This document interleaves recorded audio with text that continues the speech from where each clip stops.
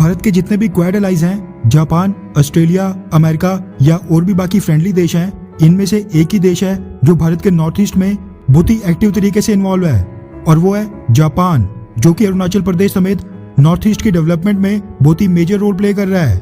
वहां पर कई प्रोजेक्ट्स की फंडिंग कर रहा है, और ये सब चाइना की आपत्ति के बावजूद हो रहा है। जी हाँ, चाइना पास्ट में भी जापान के अरुणाचल प्रदेश और भारत के नॉर्थ ईस्ट में बढ़ती इन्वॉल्वमेंट को लेकर भारत और जापान दोनों को चेतावनी दे चुका है। लेकिन इसके बावजूद जापान के फॉरेन मिनिस्टर ने साल 2014 में अरुणाचल प्रदेश पर भारत के टेरिटोरियल क्लेम्स पर जापान की तरफ से अपना समर्थन भी दिया था। वहीं आज की डेट में देखा जाए तो जापान भारत के नॉर्थ ईस्ट में वाटर सप्लाई प्रोजेक्ट से लेकर नॉर्थ ईस्ट रोड कनेक्टिविटी और हाइड्रो इलेक्ट्रिक पावर प्रोजेक्ट में भी भारत की मदद कर रहा है। ये सब बताने का मतलब ये है कि जापान बस नाम के लिए नहीं, बल्कि चाइना को नाराज करते हुए भारत के नॉर्थ ईस्ट में कई बिलियन डॉलर्स की इन्वेस्टमेंट कर चुका है। अब जो खबर सामने निकल कर आ रही है, उस पर आने से पहले मैं आपको याद दिलाना चाहता हूँ कि अभी हाल ही में जब भारत में कोरोना वायरस की सेकेंड वेव जब पीक पर थी, जापान ने भारत के नॉर्थ ईस्ट के लिए स्पेशल मदद भेजी थी। नॉर्थ ईस्टर्न राज्यों के लिए जापान ने 8 ऑक्सीजन जनरेशन प्लांट्स भेजे थे, जिनसे एट अ टाइम 1300 बेड्स को लगातार ऑक्सीजन सप्लाई की जा सकती थी।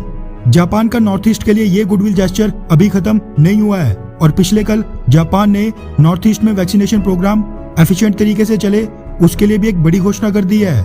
दरअसल इंडिया टीवी न्यूज और कई मीडिया हाउसेस के हवाले से मीडिया रिपोर्ट सामने निकल कर आ रही है कि जापान ने यूनिसेफ के माध्यम से नॉर्थ ईस्ट के दूर दराज इलाकों में कोरोना वायरस के खिलाफ वैक्सीनेशन प्रोग्राम एफिशिएंट तरीके से चले, उसके लिए $9.3 मिलियन देने का ऐलान कर दिया है। रिपोर्ट्स के मुताबिक जापान द्वारा डोनेटेड इस पैसे से UNICEF United nation children fund की मदद से नॉर्थ ईस्ट में कोल्ड चेन इक्विपमेंट खरीदे जाएंगे।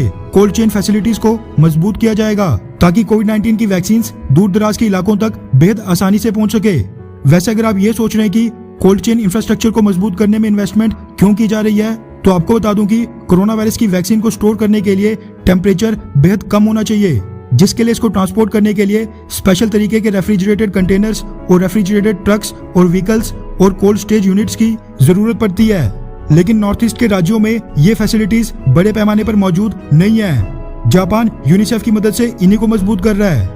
इसकी जानकारी देते हुए जापान में भारत के एम्बेसडर सतोशी सुजुकी ने पिछले कल एक ट्वीट करके बताया कि जापान द्वारा फंडेड ये प्रोजेक्ट नॉर्थ ईस्ट के 5.5 मिलियन यानी 55 लाख लोगों को वैक्सीन डिलीवर करने में बेहद मदद करेगा, जो कि रिमोट फार फ्लंग एरियाज में रहते हैं। उनके लिए walk in coolers, walk in freezers, vaccine carriers और वोल्टेज स्टेबलाइजर्स खरीदे जाएंगे, जो कि कोल्ड चेन सिस्टम का हिस्सा होते हैं। वैसे ये तो सबको पता है कि जापान ये मदद चाइना को काउंटर करने के लिए कर रहा है, लेकिन फिर भी इसके लिए जापान को एक थैंक्स तो बनता ही है।